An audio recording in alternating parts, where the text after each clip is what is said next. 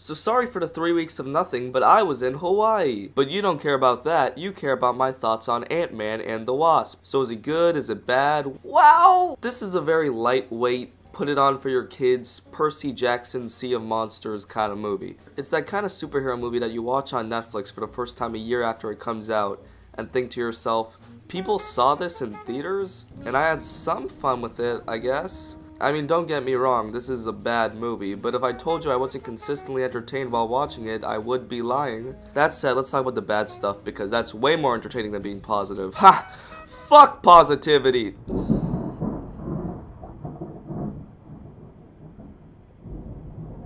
Please tell me that thunder got in. The ants go marching one by one, hurrah, hurrah. This movie's plot is a fucking mess. We're supposed to care about the Wasp's mom who's had a minute of screen time for like 2/3 of the movie. And let me tell you folks,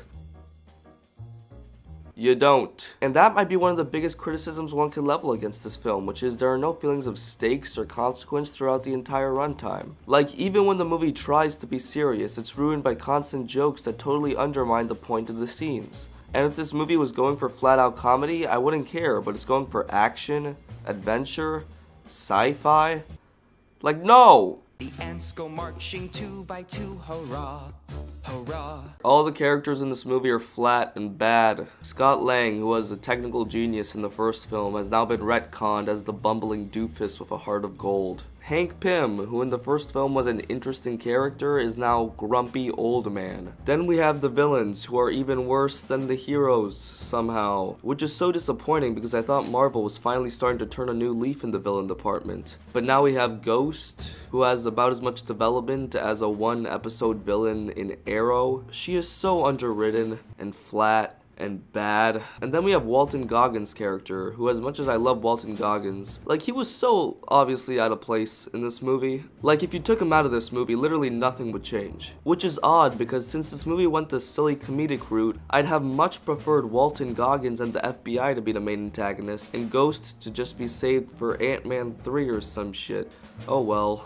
The ants go marching 3 by 3, hurrah, hurrah. I normally don't talk about special effects, but Jesus Christ. Junie, who is this? This is Demetria, my girlfriend. My friend. She's my... I'm his girlfriend. Who are you? I'm his sister. She gave me the map. Map that got us here. Junie, she's not real.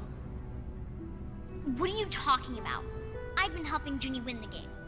What have you been doing? Playing prisoner, that's what. She set you up, Junie. She set us all up. Junie, she's lying.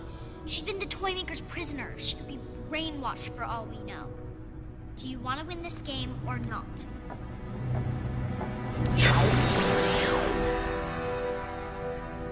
She's the reason this level's unwinnable. She's the deceiver. Why? The ants go marching 4 by 4, hurrah, hurrah. The action in this movie is shot very boring and dull. I never felt any sense of intensity or anything resembling that. There's a car chase scene that lasts like 5 minutes, and it's done so poorly because the entire sequence is just a bunch of close-ups of the people in the car, and every other scene the car gets small, then gets big, and flips the car that's near it. They do that like 5 times. You have so many opportunities with this concept, and you somehow made it boring. The little one stops to shout, the end! This one gets a thumbs down. If you really want to watch it, just wait a year for it to go on Netflix. Play the long game. Monster Search.